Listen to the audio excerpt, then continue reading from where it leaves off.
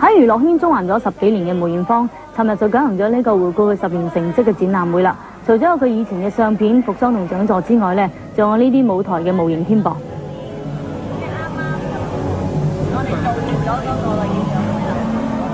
阿妹呢個咁高興嘅盛會，就自然有唔少人嚟戥佢高興啦。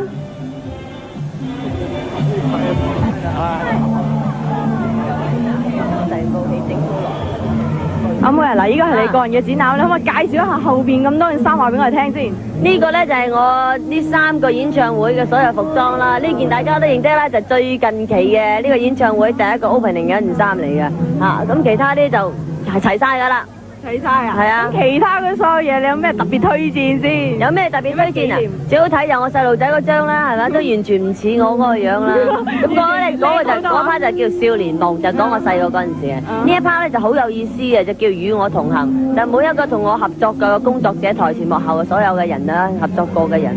咁我覺得好有意思，因為我好想介紹，其實一個成功藝人咧，佢嘅背面係需要一班人嘅支持嘅。咁同埋大家睇到我咁風光，其實我所有嘅嘢都係佢哋即係幫助我好大㗎啦。咁仲有嗰邊啲唱片啊、電影嗰啲咧？嗰邊咧就係介紹我拍過以嚟我自己最喜愛嗰幾部電影啦，就介紹過出嚟啦。咁有埋嗰啲影片出嚟，即係如果大家未睇過，可以喺度睇下。後邊仲有你嘅廣告啦，同埋你嘅電影啦。其實咁多套衫，你最中意邊套先？最中意邊套服裝啊？你講？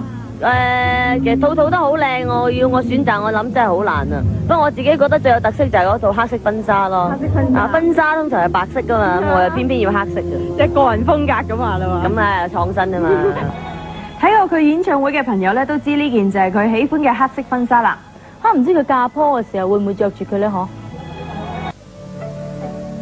望着好一片滿懷倦，